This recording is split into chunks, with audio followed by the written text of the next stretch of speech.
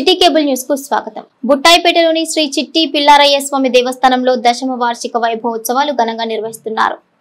బుట్టాయిపేటలోని శ్రీ చిట్టి పిల్లారయ్య స్వామి దేవస్థానంలో దశమ వార్షిక వైభవోత్సవాలు ఘనంగా నిర్వహిస్తున్నారు.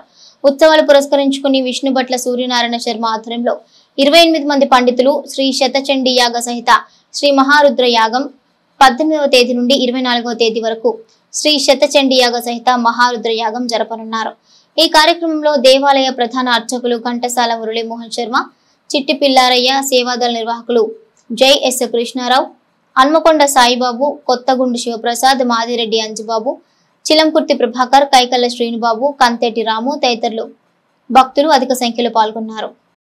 మచిలీపట్నం బుట్టాయిపేటలో వేయించేసి ఉన్నటువంటి శ్రీ చిట్టి పిల్లారయ్య స్వామి వారి దేవస్థానం అత్యంత ప్రాచీనమైనటువంటిది. దాదాపు 252 సంవత్సరాల క్రితం నుంచి ఈ దేవాలయం భక్తులందరినీ అనుగ్రహిస్తున్నటువంటి దేవాలయం. 2015వ సంవత్సరంలో కుంభాభిషేకం జరిగిన తర్వాత అప్పటి నుంచి వార్షిక వైభవోత్సవాలు జరుపుకుంటూ ఉన్నాం. ఇది 10వ వార్షిక వైభవోత్సవాలు. 18వ తారీఖు నుంచి మార్చి 18వ తారీఖు నుంచి 24వ తారీఖు వరకు సప్తాహ దీక్షగా ఈ కార్యక్రమాలు జరుగుతున్నాయి. దీంట్లో విశేషమైన కార్యక్రమాలు మహారుద్ర యాగం, శతచండీ యాగం కార్యక్రమాలు, విశేష కార్యక్రమాలు. ప్రతిరోజు ఒకరోజు సుబ్రహ్మణ్య ఆరాధన, ఒక రోజున చండీ ఆరాధన, ఇలా ఒక్కొక్క రోజు ఒక్కొక్క దేవతారాధనలు జరుగుతాయి. 24వ తారీఖు ఉదయం 9:30 గంటలకు చండీ హోమం మహాపూర్ణాహుతి, 10 గంటలకు రుద్రహోమం మహాపూర్ణాహుతి, 11 గంటలకు లక్ష్మీ గణపతి హోమం మహాపూర్ణాహుతి కార్యక్రమాలు జరుగుతాయి. అదే రోజు పుష్పయాగ వైభవోత్సవం అవగానే 12 గంటలకి భక్తులు ఇక్కడ వైభవోత్సవాల కార్యక్రమాల్లో సాంస్కృతిక కార్యక్రమాలు కూడా జరుగుతాయి. ఈ రోజున అల్లాడ శ్యామలత బృందంచే భక్తి సంగీతం, రేపు గణపతి సచ్చిదానందుల వారిచే స్వర్ణ పథకం తీసుకున్నటువంటి బాలల చేత భగవద్గీత పారాయణం ఉంటుంది. తరువాత శని ఆదివారాలు 2 రోజులు కూడా డాక్టర్ నోరి నారాయణమూర్తి గారితో హనుమద్వైభవం ఉపన్యాసం ఉంటుంది. ఆయన ఆధ్యాత్మిక ప్రవచనకర్త. టీవీ ఛానల్స్లో కూడా చాలా కార్యక్రమాలు ఇస్తూ ఉంటారు. మన మచిలీపట్నానికి రావడం ఈయన మొదటిసారి కాబట్టి అందరూ కూడా వచ్చి ఆయన చెప్పేటువంటి ప్రవచనాన్ని ఆస్వాదించవలసిందిగా మరీ ఈరోజు మన బుట్టాయిపేట చిట్టి పిల్లారయ్య స్వామి దేవస్థానంలో బ్రహ్మశ్రీ విష్ణుభట్ల సూర్యనారాయణ శర్మ ఘనాపాటి గారి ఆధ్వర్యంలో 28 మంది ఋత్వికులచే శతచండీ యాగ సహిత మహారుద్ర యాగం కార్యక్రమాన్ని నిర్వహించబడం జరుగుతుంది. ఈ రోజు నుండి 24/3/25 సోమవారం వరకు కూడా అత్యంత వైభవంగా ఈ కార్యక్రమాలని నిర్వహిస్తారు. భక్తులందరూ కూడా ఈ కార్యక్రమంలో పాల్గొని స్వామివారి కృపకు పాత్ర కావాల్సిందిగా కోరుచున్నాం. ఓం శ్రీ గం గణపతాయ నమః. మచిలీపట్నం మండలం ఎస్ఎన్ గొల్లపాలెంలో జాతీయ గ్రామీణ ఉపాధి పథకం నిధుల అవకతవకలపై అధికారులు విచారణ ప్రారంభించారు. మచిలీపట్నం మండలం ఎస్ఎన్ గొల్లపాలెంలో జాతీయ గ్రామీణ ఉపాధి పథకం నిధుల అవకతవకలపై అధికారులు విచారణ ప్రారంభించారు. గ్రామీణ ఉపాధి పథకం ఫీల్డ్ అసిస్టెంట్ కె సురేష్ పలు అవకతవకలకు పాల్పడ్డాడని ఎస్ఎన్ గొల్లపాలెంకు చెందిన కొనకల్ల నవరంగ్ ప్రసాద్ ఇటీవల ప్రజా సమస్యల పరిష్కార వేదికలో జిల్లా కలెక్టర్ కు ఫిర్యాదు చేయడంతో డిఆర్డీఏ ప్రాజెక్టు డైరెక్టర్ హరిహరనాథ్ విచారణ ప్రారంభించారు. మహాత్మా గాంధీ ఉపాధి పథకంలో పనుల కేటాయింపు, జాబ్ కార్డుల జారీ తదితర అంశాలలో గ్రామ సచివాలయంలో విచారణ నిర్వహిస్తున్నారు. మచిలీపట్నం మండలం ఎస్ఎన్ గొల్లపాలెంలో గ్రామంలో ఉపాధి హామీ ద్వారా పనిచేస్తున్న కొంతమంది గ్రామస్తులు ఫీల్డ్ అసిస్టెంట్ మీద కొన్ని అభియోగాలు మోపడం జరిగింది.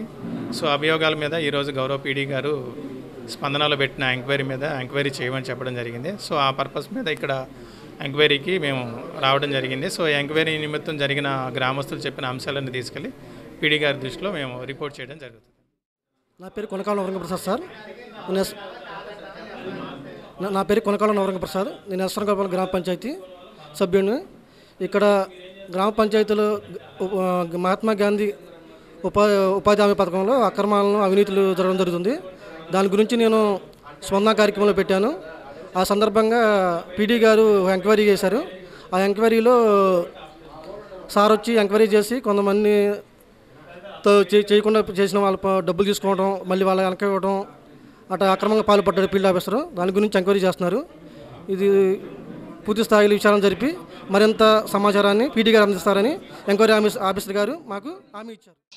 ఎస్సీ వర్గీకరణకు ఏపీ కేబినెట్ ఆమోదం తెలపడం పట్ల ఎంఆర్పీఎస్ మరియు ఎంఈఎఫ్ నాయకులు హర్షం వ్యక్తం చేశారు. ఎస్సీ వర్గీకరణకు ఏపీ కేబినెట్ ఆమోదం తెలపడం పట్ల ఎంఆర్పీఎస్ మరియు ఎంఈఎఫ్ నాయకులు హర్షం వ్యక్తం చేశారు.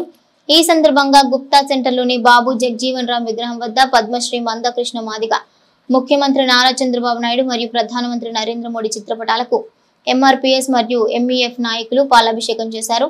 ఈ కార్యక్రమానికి ముఖ్య అతిథిగా కార్పొరేటర్ దేవరపల్లి అనిత, ఎంఈఎఫ్ రాష్ట్ర నాయకులు దేవరపల్లి విక్టర్ బాబు, కృష్ణా జిల్లా ఎంఈఎఫ్ అధ్యక్షులు బోకినాల కృష్ణలు పాల్గొన్నారు.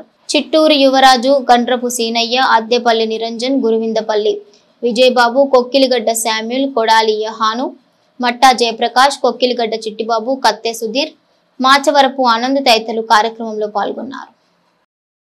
ఆనందించవలసిన రోజు ఈరోజు. ఎందుకంటే గత 34 సంవత్సరాల నుండి వర్గీకరణ కోసం పోరాటం చేస్తున్న మందాకృష్ణ మాదిగ గారి కళ నెరవేరింది. తద్వారా మాదిగలందరికీ మేలు జరుగుతుంది. గౌరవ సుప్రీంకోర్టు ఇచ్చిన తీర్పు ప్రకారం ముందుగా గౌరవ ముఖ్యమంత్రి వర్యులు శ్రీ నారా చంద్రబాబు నాయుడు గారు తమ కేబినెట్లో వర్గీకరణకు ఆమోదించిన సందర్భంగా ఈరోజు మచిలీపట్నం ఎంఆర్పీఎస్ ఎంఈఎఫ్ ఆధ్వర్యంలో గౌరవ ముఖ్యమంత్రి వర్యులకు పాలాభిషేకం చేయడం మా అదృష్టంగా భావిస్తున్నాం.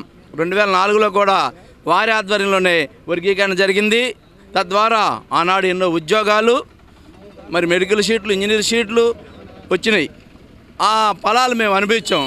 తద్వారా తరువాత కాలక్రమేణా న్యాయస్థానాలు అది చెల్లదు, ఆ రాష్ట్రాలకు అధికారం లేదని చెప్పడం, మరి ఆ జీవో కొట్టివేయడం ద్వారా అప్పటి నుండి అలుపెరగిన పోరాటం చేస్తూ మరి మా మందాకృష్ణ గారు వెంకయ్యనాయుడు గారు కాళ్ళే పెట్టాడో, గౌరవ ప్రధానమంత్రి గారిని వేడుకున్నాడో, చేయరాని పాటలు చేసి న్యాయస్థానం సుప్రీంకోర్టు మరి 7 బెంచి అంతకన్నా భారతదేశంలో అత్యున్నత న్యాయస్థానం.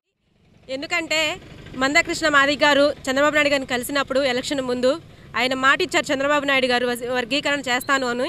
అన్నమాట ప్రకారమే ఆయన వర్గీకరణ బిల్లుని నిన్న ప్రవేశపెట్టడం జరిగింది, ఆమోదించడం కూడా జరిగింది. చాలా సంతోషంగా ఉందండి. ఆ సందర్భంగా గుప్తా సెంటర్ 19వ డివిజన్ గుప్తా సెంటర్లో చంద్రబాబు నాయుడు గారికి అలాగే నరేంద్ర మోదీ గారికి మందకృష్ణ మాదిగ గారికి పాలాభిషేకం చేయడం జరిగింది. ఇక్కడ విచ్చేసిన అందరికీ నా హృదయపూర్వక ధన్యవాదాలు. ఉన్నారు వారందరికీ ఒక శుభదినం. ఎందుకంటే గత 30 సంవత్సరాల నుంచి అలుపెరగని పోరాటం చేశారు. బహిరంగంగానూ అంతరంగంగానూ అనేక రకాలుగా చేశారు.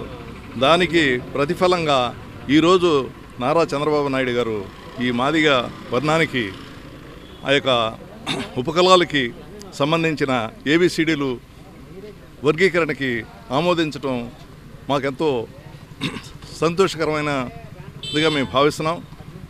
ఒకరికే కాదు, యావత్ మాదిగ జాతి అంతా కూడా ఆనందం వ్యక్తం చేస్తున్నారు ఈ సందర్భంగా.